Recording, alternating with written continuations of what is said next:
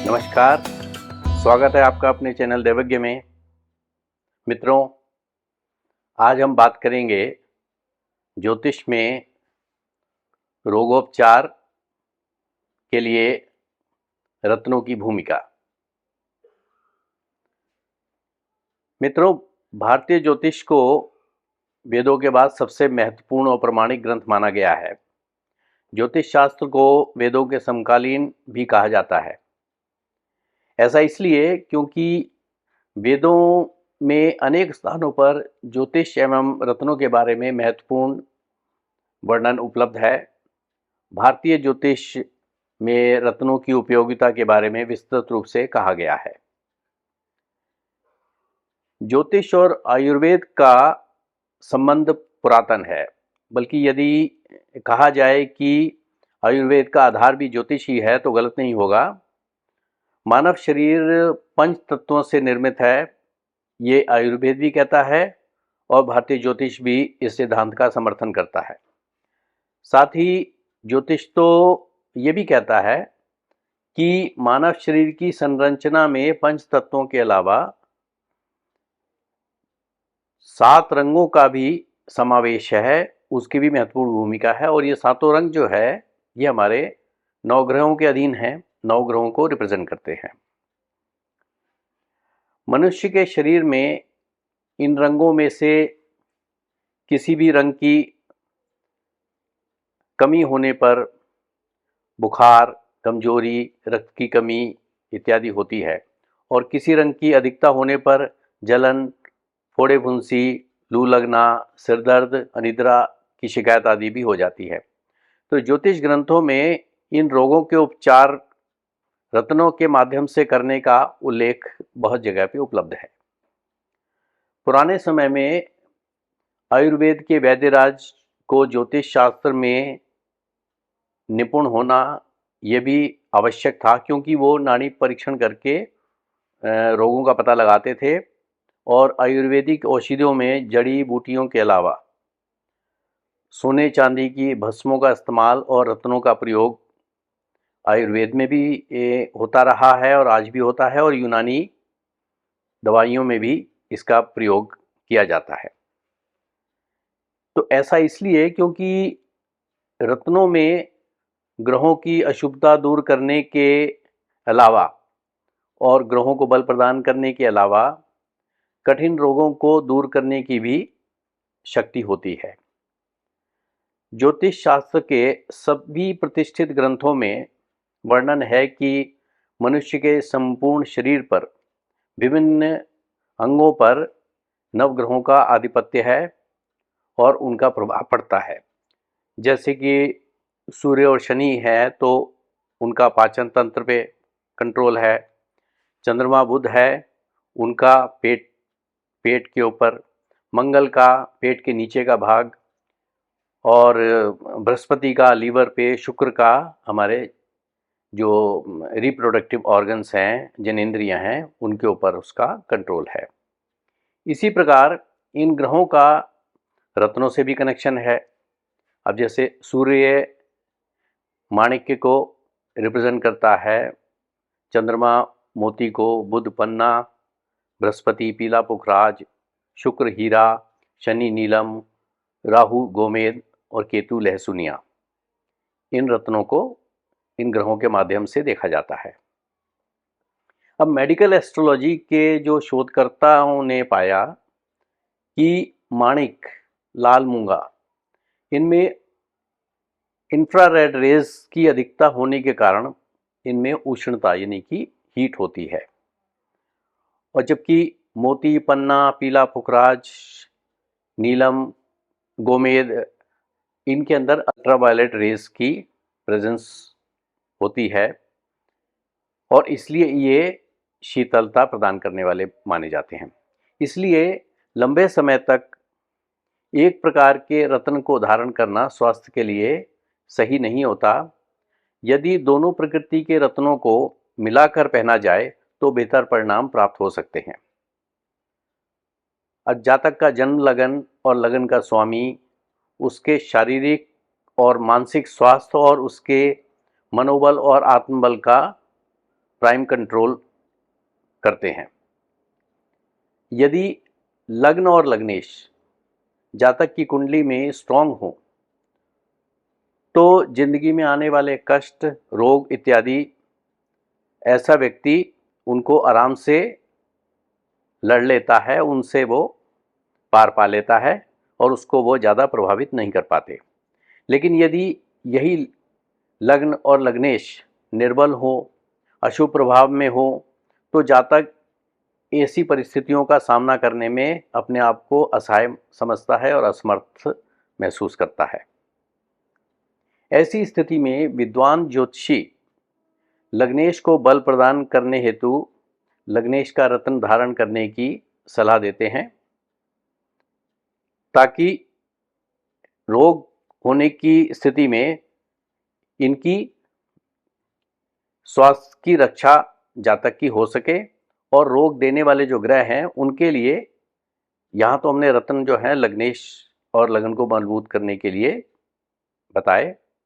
अब जो रोग देने वाले ग्रह हैं उनके लिए जप, तप, दान, ध्यान और मंत्र जाप इत्यादि अनुष्ठान, पूजा इत्यादि विधिवत कराने का परामर्श ज्योतिषी देते हैं। आमतौर पर लग्न और लग्नेश के ऊपर ही फोकस होता है, परंतु समस्या के सही समाधान के लिए एक ज्योतिषी को इन दोनों के अलावा चंद्र लगन, सूर्य लगन, नवांश लग्न और इनके लग्नेश यानी इनके अधिपति, इनकी स्थिति को भी परख लेना चाहिए। और ज़्यादा गहराई में जाएं तो ग्रह जो ये स्वामी जो ग्रह हैं ये किन नक्षत्रों में बैठे हुए हैं, तो उन नक्षत्रों के स्वामी जो हैं उनके रत्नों को अगर धारण किया जाए तो रोग और कष्ट को दूर करने में काफ़ी सहायता प्राप्त हो सकती है। अब जैसे कि सूर्य यदि लग्नेश या नक्षत्र स्वामी हो तो माणिक्य, रूबी स्टार स्वास्थ्य के लिए धारण करना चाहिए। चंद्रमा यदि लग्नेश अथवा नक्षत्र लॉर्ड हो तो सफ़ेद मोती या मून स्टोन धारण करना चाहिए। मंगल अगर लग्नेश या नक्षत्र लॉर्ड हो तो लाल मूंगा धारण करना चाहिए। बुध लग्नेश या नक्षत्र लॉर्ड हो तो हरा पन्ना या हरा जेड इसका प्रयोग किया जा सकता है। बृहस्पति लग्नेश या नक्षत्र लॉर्ड हो यानी नक्षत्र का स्वामी हो तो पीला पुखराज, टोपाज या सुनहला का प्रयोग किया जाना चाहिए। शुक्र यदि लग्नेश या नक्षत्र स्वामी हो तो यहाँ नक्षत्र स्वामी से मतलब है लग्न का नक्षत्र स्वामी, इसका तात्पर्य है। तो अगर वो शुक्र है तो उस स्थिति में हीरा या श्वेत पुखराज या श्वेत मूंगा या जर्किन धारण करना चाहिए।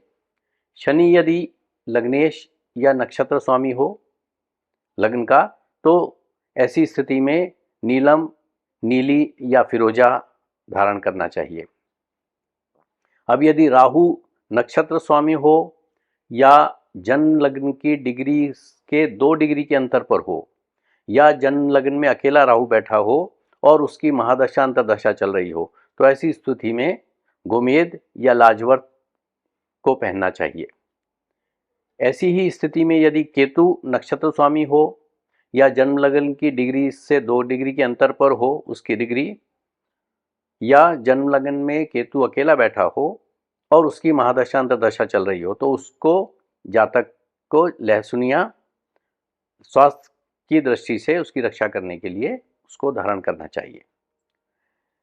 लग्नेश, जन्म राशि स्वामी और नक्षत्र स्वामी के रत्न धारण करने से रोग प्रतिरोधक शक्ति में वृद्धि होती है, ऐसा ज्योतिष ग्रंथों में माना गया है। लग्न का नक्षत्र लॉर्ड, लग्नेश का नक्षत्र लॉर्ड या चंद्रमा का नक्षत्र लॉर्ड, इन तीनों में से जो स्वास्थ्य और समृद्धि के लिहाज से बेहतर परिणाम देता है वही सर्वोत्तम नक्षत्र लॉर्ड का रत्न माना जाता है। अच्छा, अब हम इस बात पे विचार करेंगे कि रोग जीवन में आते कब हैं। उसके लिए रोग देने वाली ग्रहों की दशा और अंतर्दशा हमारे जीवन में आनी चाहिए, तभी वो ग्रह रोग दे सकता है। अब वो कौन से ग्रह हो सकते हैं या किस प्रकार से कुंडली इसके अंदर भूमिका निभाती है, इसमें द्वितीयेश यदि दशांतर दशा में आ जाए या द्वितीय भाव में बैठे ग्रह उनकी दशांतर दशा आए तो उसमें रोग होने की संभावना होती है। सप्तमेश या सप्तम भाव में बैठे ग्रह की दशांतर दशा हो तो रोग होने की संभावना होती है। सिक्स्थ हाउस या सिक्स्थ लॉर्ड यदि इनकी दशा चल रही हो तो रोग होने की संभावना होती है।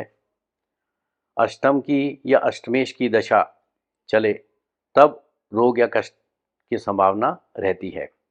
एकादशेश या एकादश भाव में बैठे ग्रह यदि वो अपनी दशांतर दशा में आ जाएं तो व्यक्ति को उस टाइम पे रोग होने की संभावना होती है। अब इसके अलावा कुंडली में अशुभ प्रभाव में कोई ग्रह हो या ऐसे ग्रह जो कि दूर स्थान में यानी कि 6, 8, 12 भाव में बैठे हों, तो अगर वो दशा या अंतर्दशा में आ जाएंगे तो भी वो शरीर को कष्ट किसी न किसी रूप में पहुंचाएंगे। उसके लिए रोग हो सकता है या ऐसी परिस्थितियां हो सकती हैं जिससे कि जातक जो है परेशान हो, उसको कष्ट महसूस हो। इसके अलावा अगर जीवन में छिद्र दशा आ जाए, छिद्र दशा हर एक के जीवन में आएगी, ये महादशा के अंतिम अंतर्दशा जो होती है उसका पीरियड, उसको छिद्र दशा कहा जाता है। उसके भी आखिरी के 6 महीने का जो पीरियड होता है उसमें, यानी एक दशा खत्म हो रही है और दूसरी आने वाली है, तो उस पीरियड को छिद्र दशा कहा जाता है। तो उस पीरियड में भी जो है रोग और कष्ट आने की संभावना रहती है।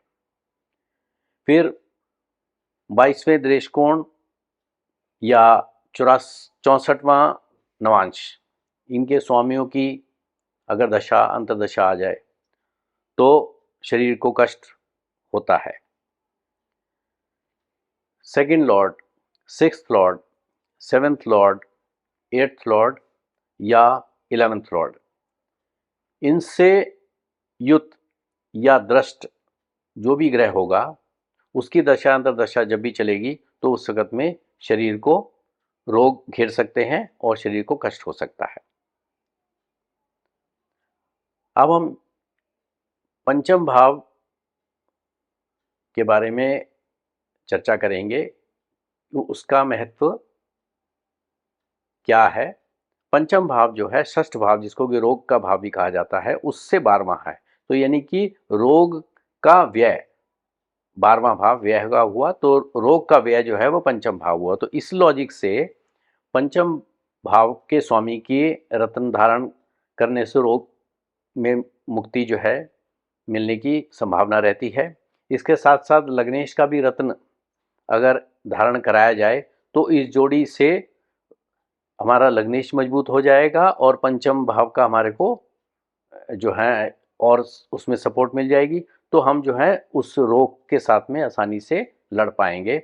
इस लॉजिक के हिसाब से लग्नेश और पंचमेश के रत्न को इकट्ठा यानी कि उसकी जोड़ी के रूप में धारण किया जाए तो हमारे को अच्छे परिणाम प्राप्त हो सकते हैं।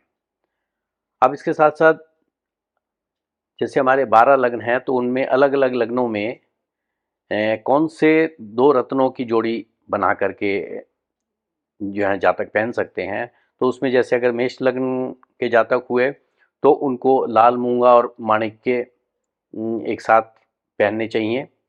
वृष लग्न हो तो हीरा और पन्ना इनको मिला करके पहना जा सकता है। मिथुन लग्न हो तो पन्ना और हीरा इनकी जो है युति इनके साथ में एक साथ एक धारण किया जा सकते हैं। कर्क लग्न हो तो मोती और लाल मूंगा धारण करना चाहिए। सिंह लग्न हो तो माणिक्य और पीला पुखराज। कन्या लग्न हो तो पन्ना और फिरोजा धारण किया जा सकता है। तुला लग्न हो तो हीरा और नीलम धारण करना चाहिए। वृश्चिक लग्न हो तो लाल मूंगा और पीला पुखराज धारण करें। धनु लग्न हो तो पीला पुखराज और लाल मूंगा। मकर लग्न हो तो नीलम और हीरा एक साथ में पहना जा सकता है। कुंभ लग्न हो तो नीलम और पन्ना एक साथ धारण किया जा सकता है। मीन लग्न हो तो पीला पुखराज और मोती एक साथ धारण किया जा सकता है। मित्रों, ज्योतिष शास्त्र में ज्योतिष के ग्रंथों के अनुसार सभी ग्रहों का मानव शरीर के विभिन्न अंगों पर अधिकार है, ये जैसा कि हमने अभी अपनी चर्चा में पूर्व में भी कहा है। अतः जब कोई ग्रह अस्त, निर्बल या अशुभ प्रभाव में हो या दूर स्थानों में बैठा हो, तो जब उसकी दशा या अंतर्दशा आएगी तो उस समय शरीर के उस अंग में या तो कोई रोग उत्पन्न हो जाएगा या उस अंग में किसी तरीके का कोई ना कोई कष्ट जो है जातक को महसूस होने लगेगा। तो ऐसे में संबंधित ग्रह के रत्न धारण करके समस्या और रोग से मुक्ति पाई जा सकती है। अब रत्नों के धारण करने का जहाँ तक प्रश्न है, तो इसमें भी विद्वान ज्योतिषियों में आपस में मतभेद रहते हैं, क्योंकि हर एक का लॉजिक अलग है। हर एक ज्योतिषी अपनी कैलकुलेशन के अनुसार अलग अलग ग्रहों को अलग अलग नज़रिए से जांच करके कुंडली में उस एंगल से अपनी प्रेडिक्शन करता है और उपाय बताता है। लेकिन फिर भी लग्नेश और पंचमेश के रत्नों की जोड़ी उपचार की दृष्टि से धारण करवाने में विश्वसनीय, लॉजिकल और लाभदायक सिद्ध हुई है, ऐसा अनुभव बताते हैं। तो मित्रों, आज थी ज्योतिष में रत्नों के माध्यम से शरीर में उत्पन्न रोगों के उपचार की एक छोटी सी वार्तालाप और चर्चा। आशा है ये आपके लिए लाभदायक सिद्ध होगी और आप अपने दैनिक जीवन में इसका उपयोग कर लाभ प्राप्त करेंगे। धन्यवाद।